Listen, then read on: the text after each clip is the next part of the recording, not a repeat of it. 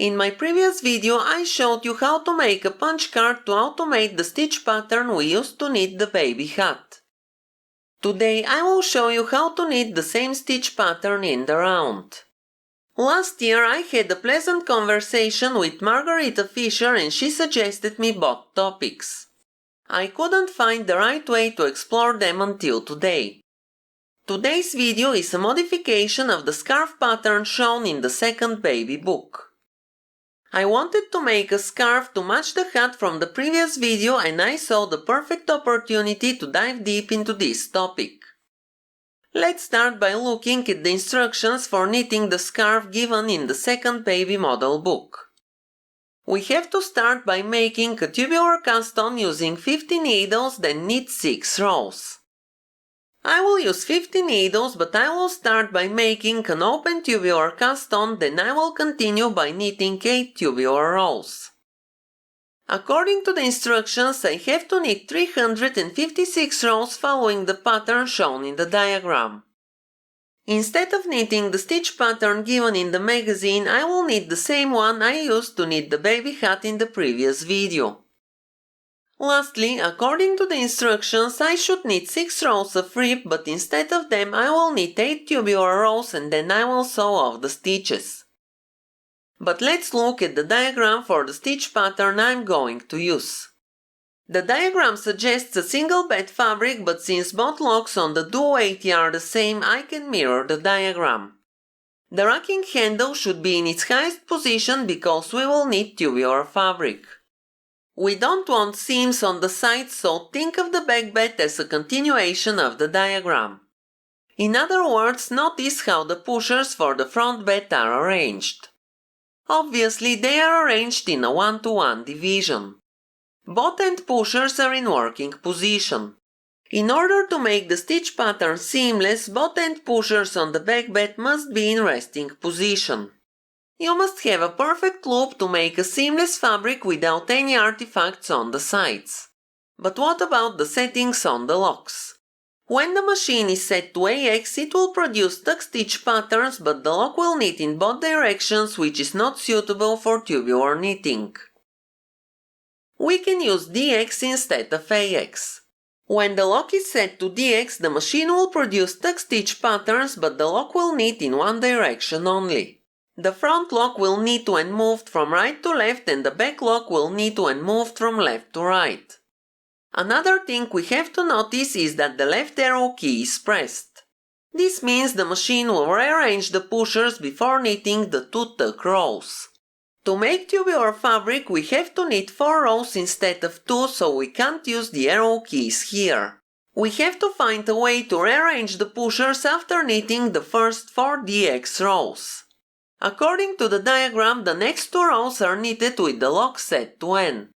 This is a stockinette stitch, but we can't set the machine to N because the locks will knit in both directions. Instead, we can set both locks to CX. But how many rows do we need to knit? According to the diagram, we should knit 2 rows, but we have to double that number when knitting tubular. So we will knit 2 rows with both locks set to CX, then we have to press both left arrow keys and knit 2 additional rows to change the position of the pushers. When the locks are set to CX, the machine will ignore the position of the pushers, so all needles will knit and the pushers will be rearranged for the next repetition of these 8 rows. This is almost everything that you have to know. But let's look at the same diagram again. All needles on the front bed are in working position and the pushers are in a 1-to-1 division. This means you can split it wherever you want and make it into a continuous loop on the back bed. Now look at this diagram. Here you have a group of 6 working needles followed by several needles out of work. The diagram even ends with needles out of work. To make the arrangement correct, you can't have non-working needles at the ends.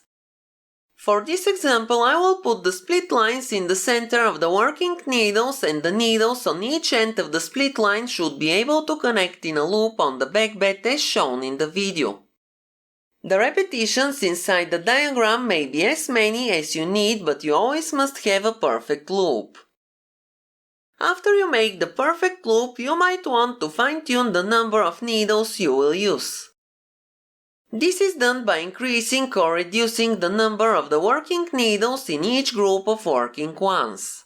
I have a separate video, so I won't overwhelm you with this topic today.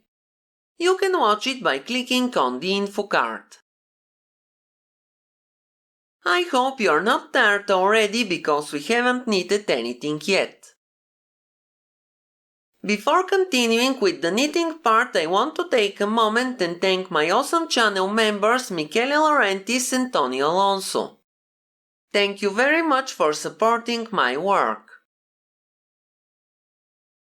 Now let's go and wake up the green monster.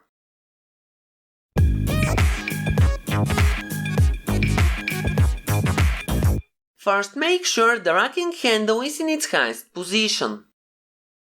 Now raise 25 needles on the front bed of the machine, 12 to the left and 13 to the right side of the center. Place the edge springs on the last working ones. Now raise the opposite 25 needles on the back bed.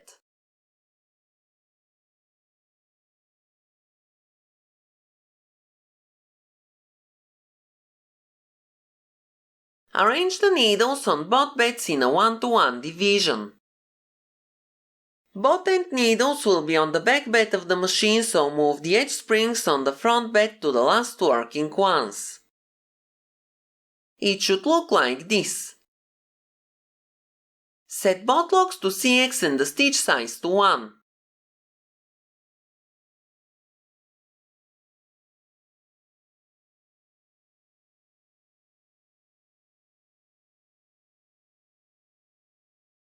Insert the black strippers, then move the lock to the color changer and take the eyelet with the main color yarn. Now knit 2 rows.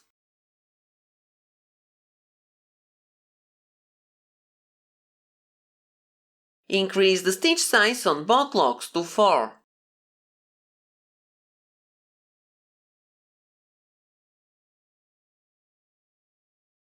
Raise the rest of the needles on both beds of the machine and move the edge springs on the front bed to the last working ones.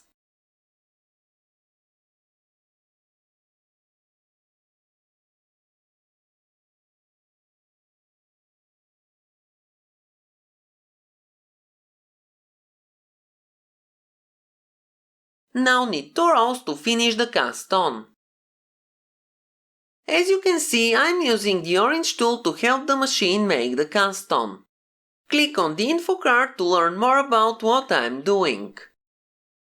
Don't use this method before watching that video because you may damage your machine. If the camera was not in front of me, it would have been even faster to make the cast on.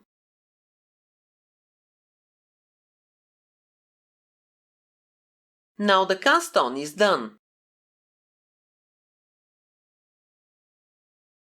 Reset the row counter and increase the stitch size on both locks to 5.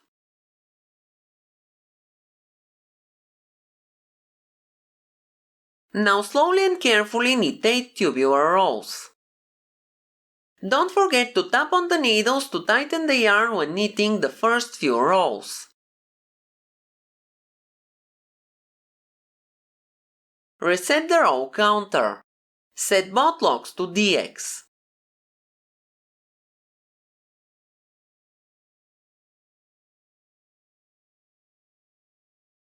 Raise pushers and the row working needles on the front bed and put them in working position.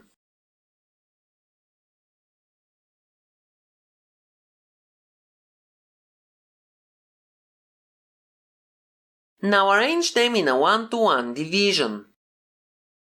Raise pushers and the row working needles on the back bed and put them in working position.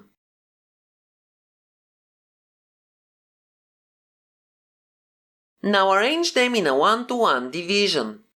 Now you can see up close.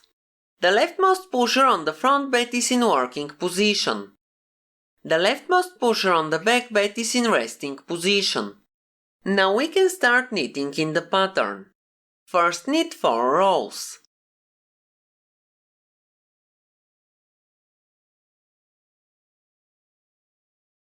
Don't reset the row counter. Set both locks to CX.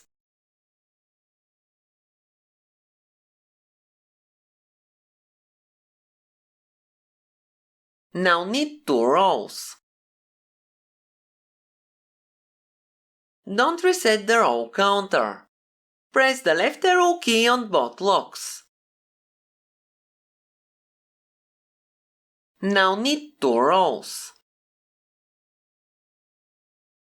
I pressed the arrow keys on the last 2 rows so the machine changed the positions of the pushers for the next repetitions of the 8 row sequence. Don't reset the row counter. Set both locks to DX and press both 0 keys to disengage the arrow keys.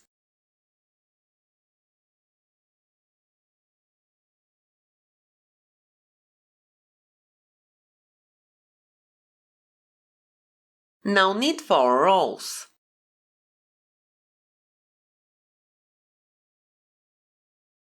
Set both locks to CX.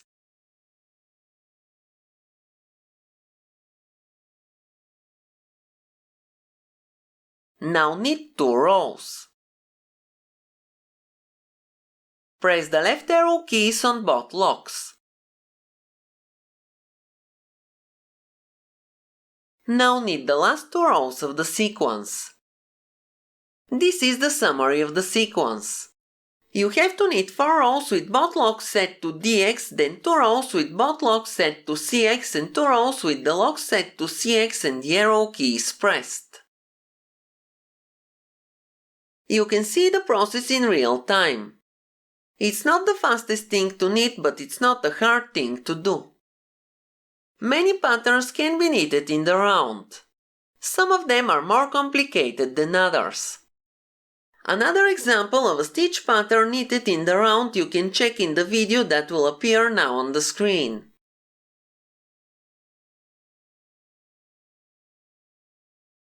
Please don't forget to support me by liking the video and leaving me a comment below. According to the instructions, the scarf should be 80 cm in length. To get 80 cm, I had to knit a total of 1272 rows. Reset the row counter and press both 0 keys to disengage the arrow keys. Both locks of the machine must be set to CX. Just to make it easier for you, when the end of the scarf touches the floor, it is about the right length. Knit the last 8 tubular rows to make both ends look similar.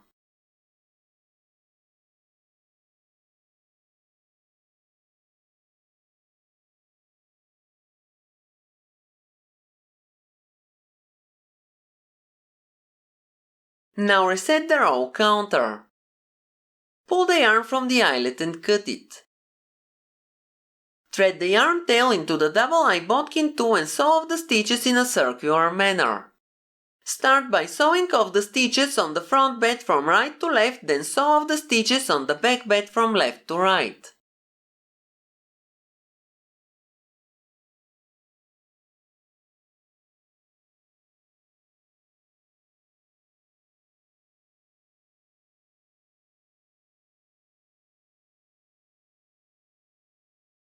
When you sew off all the stitches, the knitting will fall from the machine. Now the scarf should look like this. It will be a seamless tube knitted in the same stitch pattern as the hat. To make it up, simply pull the yarn tails to gather the ends. Be careful not to break the yarn tail.